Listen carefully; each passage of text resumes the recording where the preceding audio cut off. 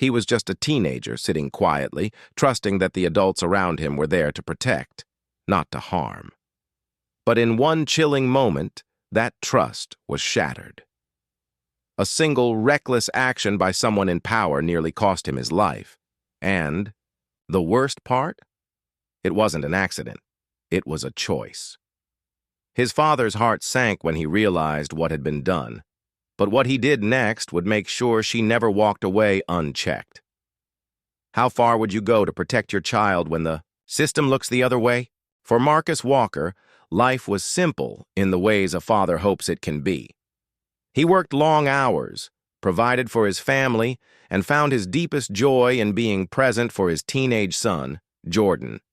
Weekends meant basketball games, late-night talks, and the constant balancing act of raising a young black boy in a world that often judged him before he even spoke. Jordan was bright, an honor student, a dreamer, the kind of kid who smiled easily but carried an unspoken weight. The pressure. To be careful, to be twice as good, to never give anyone a reason to doubt him.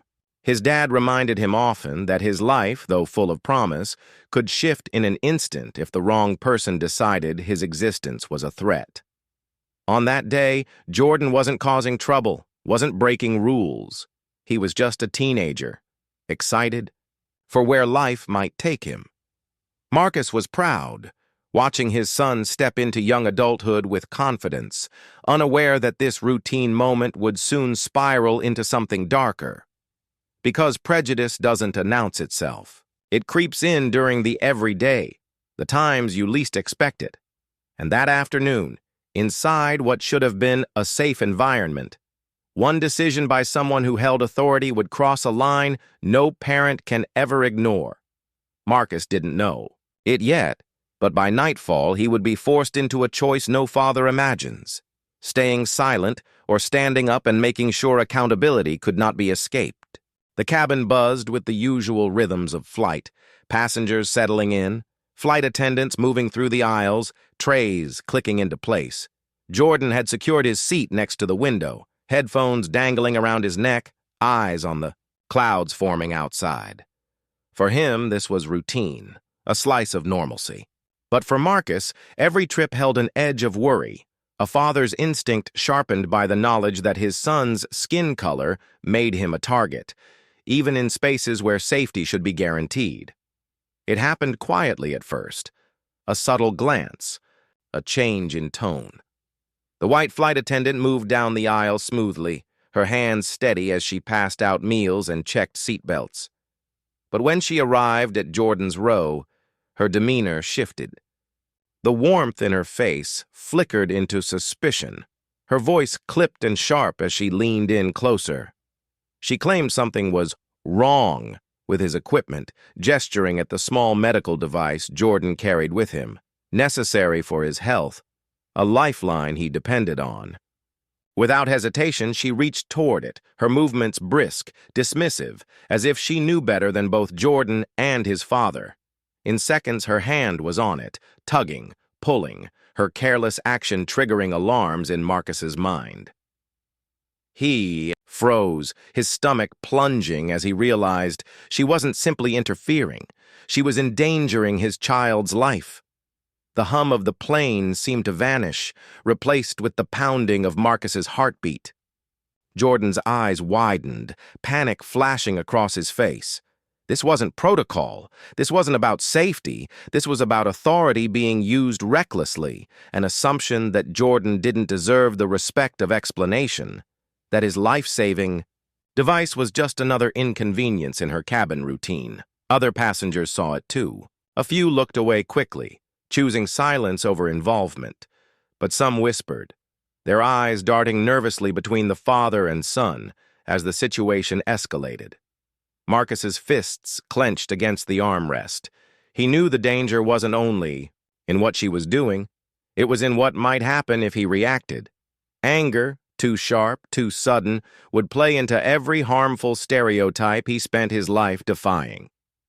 He couldn't let rage be used against him.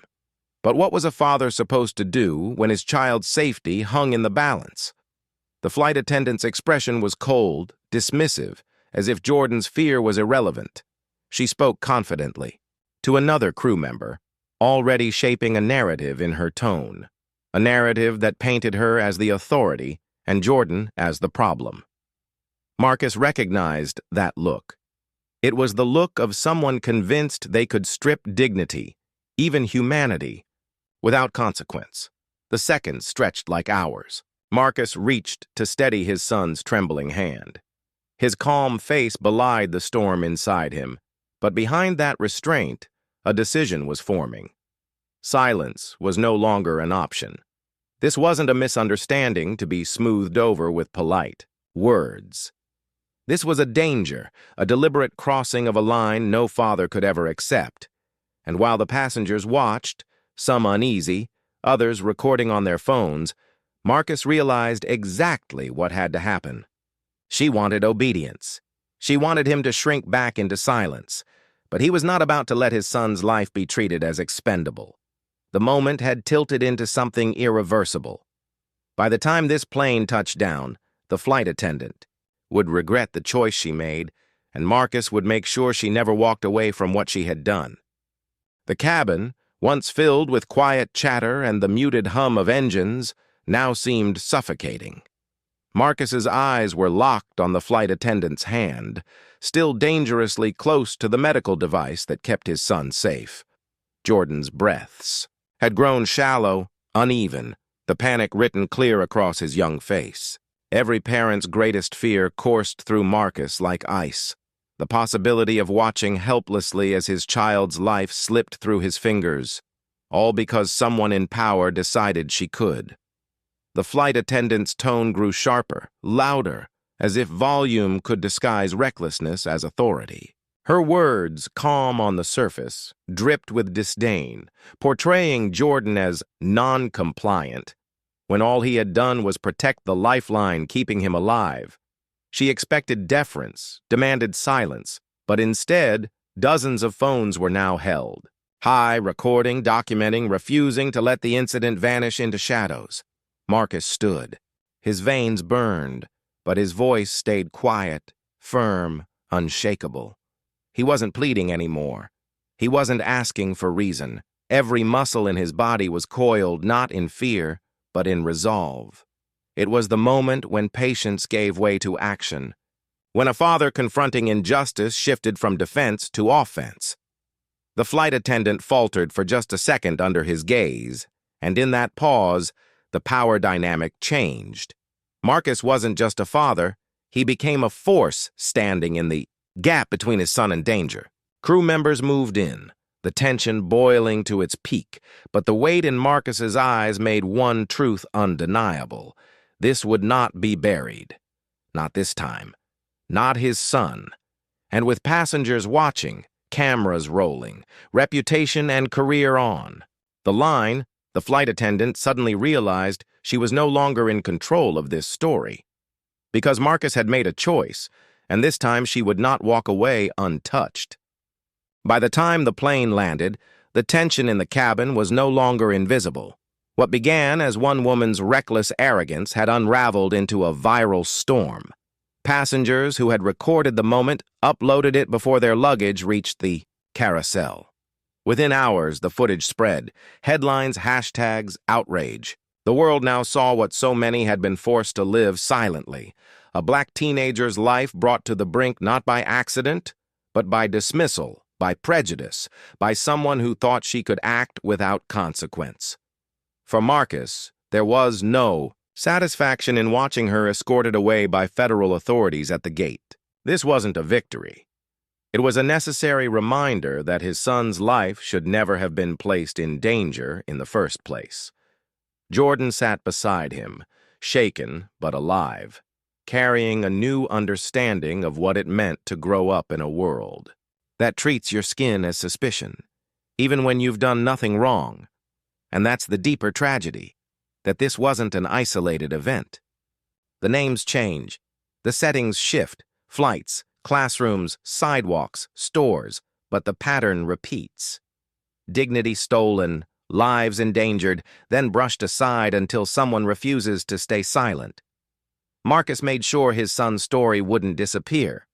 But how many others never reach an audience?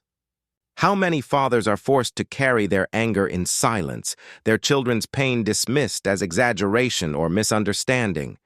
This wasn't just a confrontation on one flight. It is a mirror held up to all of us, forcing the question, how?